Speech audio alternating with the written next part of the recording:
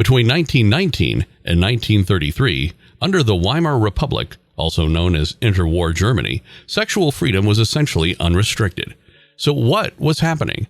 Stay tuned until the very end of the video to see these insane sex facts from the Weimar Republic.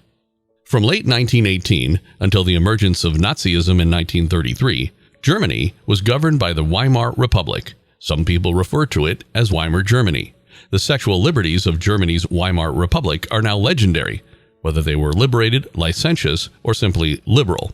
The Republic, which was the birthplace of the first gay rights movement in history, represented a progressive, secular ideal of sexual emancipation. These true accounts of Weimar decadence, which have likely been memorialized in movies like Cabaret, make Liza's dancing in that movie look rather mild. You'll never again view Germans in the same light.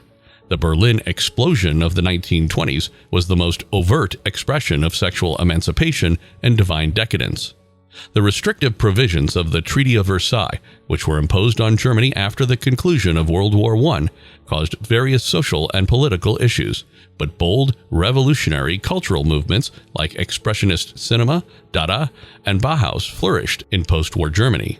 According to author Mel Gordon, it wasn't just sex the way the French might have liked it, like a good meal or music. Instead, it was sex that was always combined with something else, such as danger, influence, or even death. Omnisexual erotomania. A cocaine craze in Berlin fueled omnisexual erotomania. In the years leading up to World War I, recreational cocaine use began to spread throughout Germany. In the mobility frenzy that engulfed the entirety of our contemporary society before the war, there was an exhilarating need for intensification, Karl Ludwig Schleich wrote in his 1921 essay, Cocainism. Cocaine provided the solution to this demand. As the intensity of the war weakened, the Germans' need for stimulation led them to Berlin's nightclubs, where cocaine use increased. Merck, the world's top manufacturer of pharmaceutical cocaine, which also happened to be based in Germany, contributed to the perpetual snowstorm in Berlin. Cafe patrons were given coke, which they profoundly snorted from tables. Opium, hash, marijuana, and even glue might be ordered for sniffing. The Cabaret. The cabaret was a pansexual androgynous free-for-all that celebrated vice and liberty. The hub of cultural nightlife in Weimar, Berlin, cabarets were a whirlwind of drugs, booze, sex, fashion, and performance art. Bertolt Brecht, a renowned playwright, once brought his groundbreaking ballad, Ballad of the Dead Soldier, a darkly sarcastic ballad, to the stage in a Berlin cabaret. In the ballad, the German army excavates the bodies of fallen soldiers and sends them back to the front lines.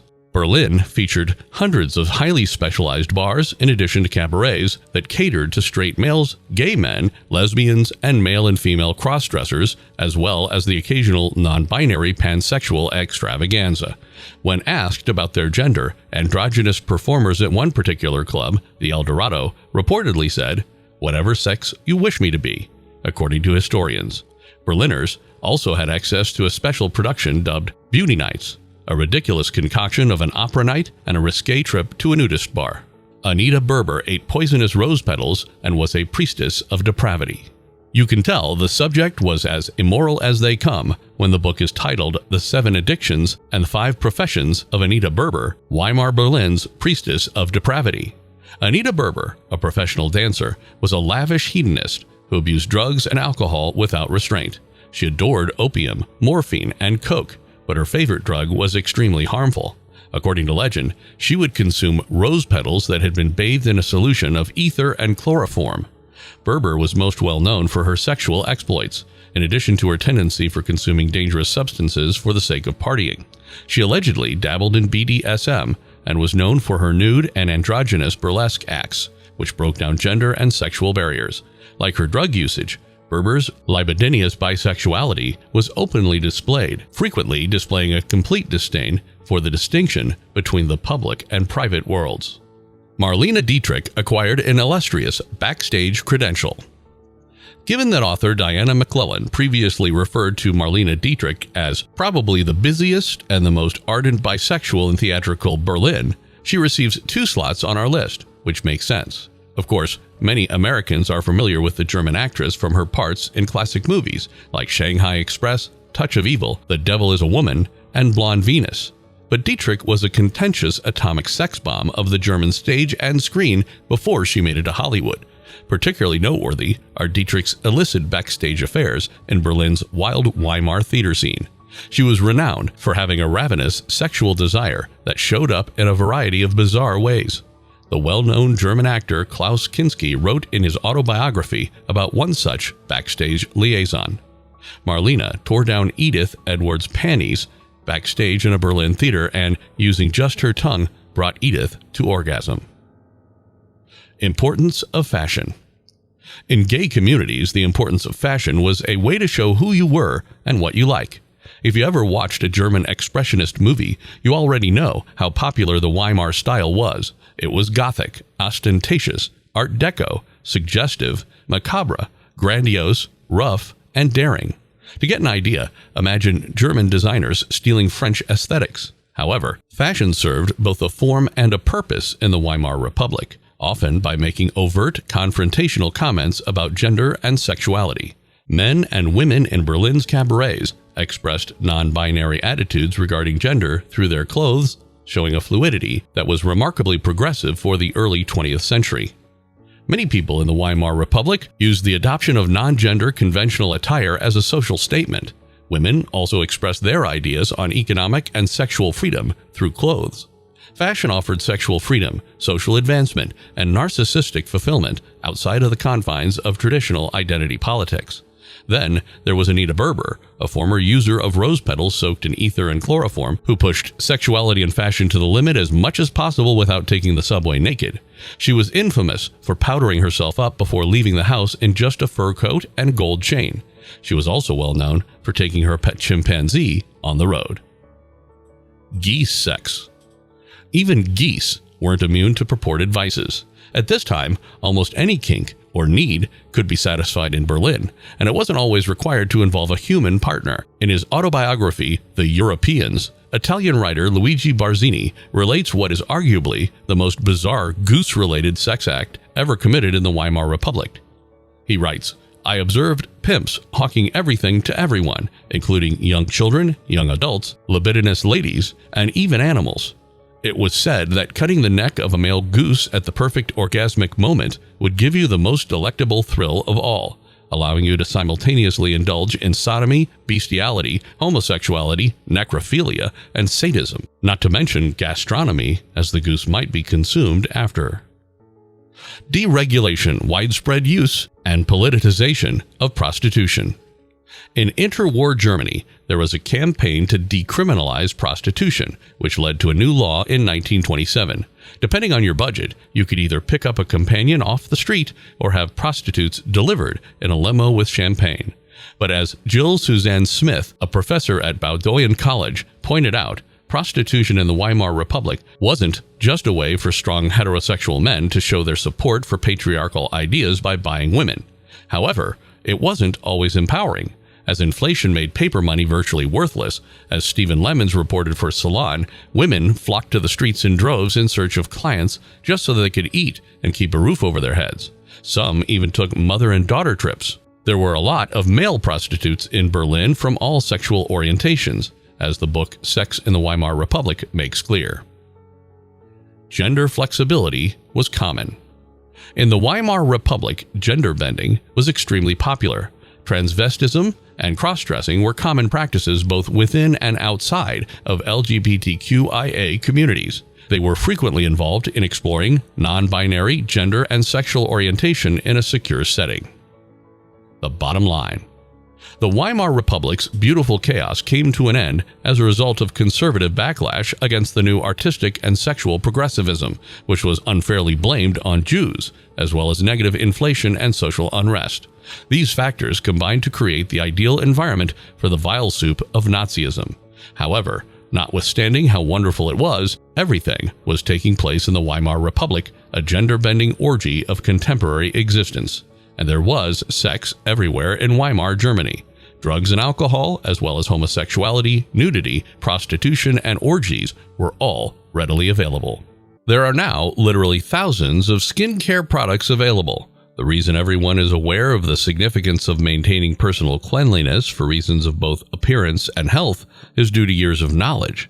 To what extent, though, do you think ancient people understood that practicing good hygiene not only protected them from illness, but also boosted their sense of self-worth and confidence?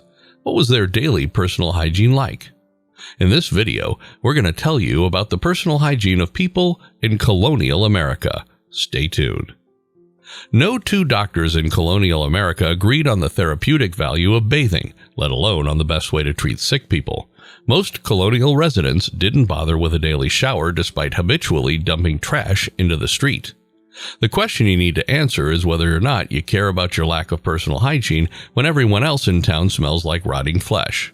The American colonists' idea of what constituted a tidy environment differed greatly from the modern standard. By conventional standard, people in colonial times were simply dirty. Who used to take a bath? In today's society, taking a shower every day is simply expected.